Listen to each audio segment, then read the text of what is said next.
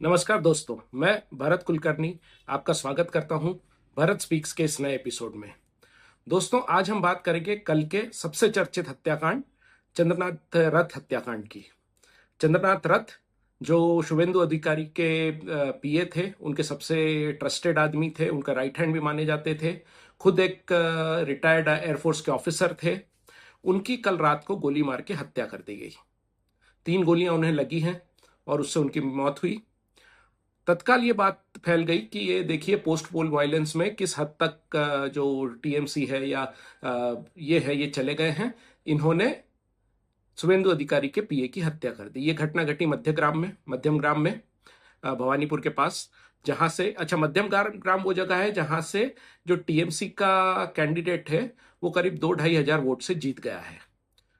अब ये पोस्ट पोल वायलेंस था या ये कुछ और बड़ी साजिश थी? इसको आज हम समझने की कोशिश करेंगे।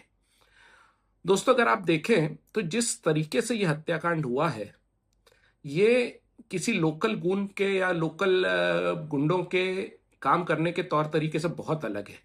कल रात को एक और घटना घटी, पर चूंकि चंद्रनाथ रथ की जो हत्या है वो बड़ी खबर थी, उसके कारण दूसरी खबरें दब गई।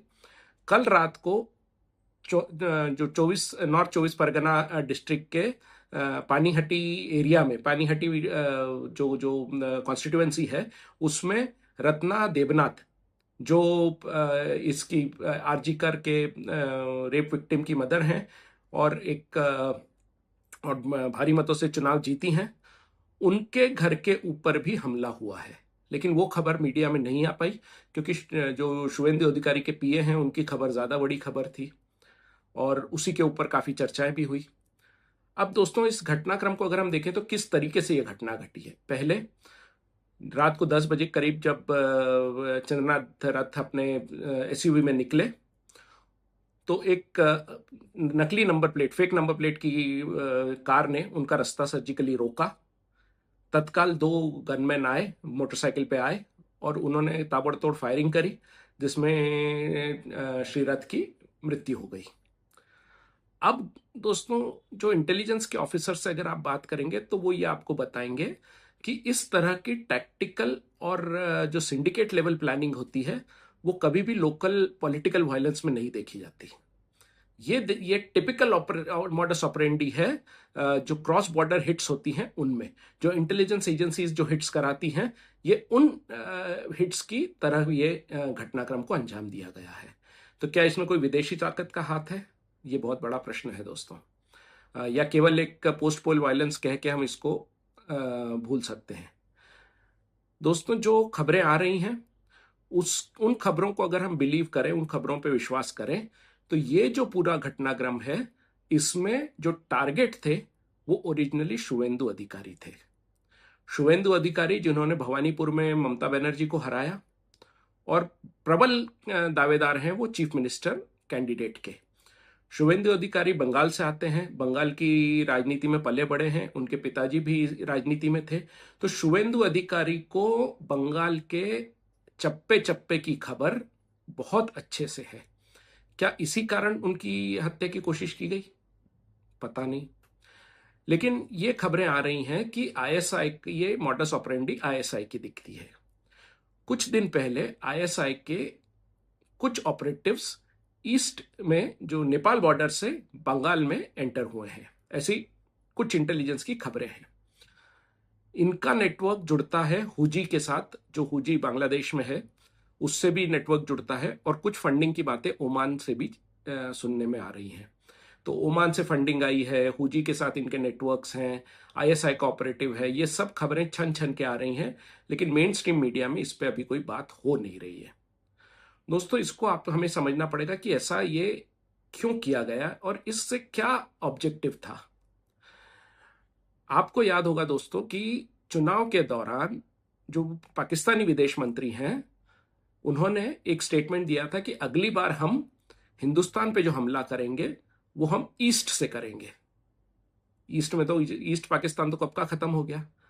लेकिन बांग्लादेश को ईस्ट पाकिस्तान फिर से बनाने की साजिश पिछले 2 साल से चल रही है। और मैंने अपनी किताब में भी इसके बारे में लिखा है कि भारत को आने वाले समय में जो खतरा है वो हमारे पूर्व और पूर्वोत्तर से ज्यादा है। कुछ दिन पूर्व एक अमेरिकन मर्सनरी को हमने पकड़ा था, जो म्यांमार में और मिजोरम में और इस तरह के जो विद्रोहियों को ट्रेनिंग दे रहा था। उसके बाद हुजी के नेटवर्क की इन्फिल्ट्रेट करने की खबरें आई, 3 मॉड्यूल इन्फिल्ट्रेट हुए हैं ऐसी खबरें हैं। फिर ये हत्याकांड हो जाता है। तो ये कुछ ना कुछ तो दोस्तों इसमें आईएसआई का हाथ जरूर है।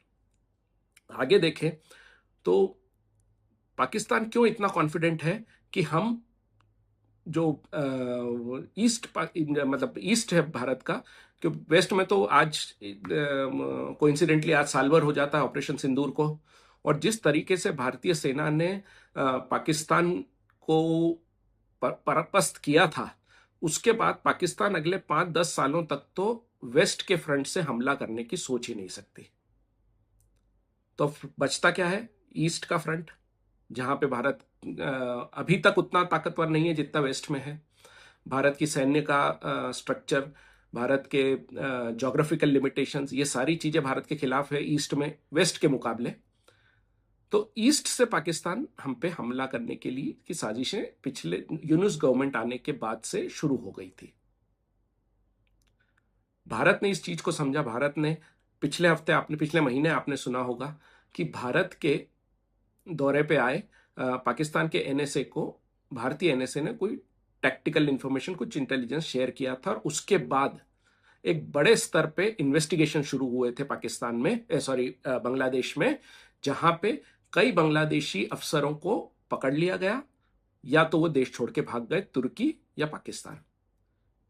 और इनके ऊपर आरोप था कि ये पाकिस्तान एयरफोर्स की सीनियर लीडरशिप में पेनिट्रेट करके आईएसआई बहुत सारी टैक्टिकल इंफॉर्मेशन निकालना चाह रहा था।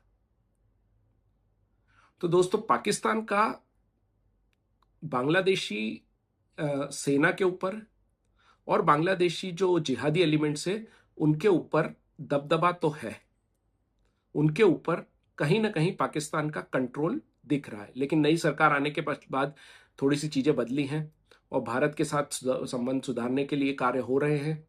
और इसी के चलते भारत ने ये इंटेलिजेंस दिया था।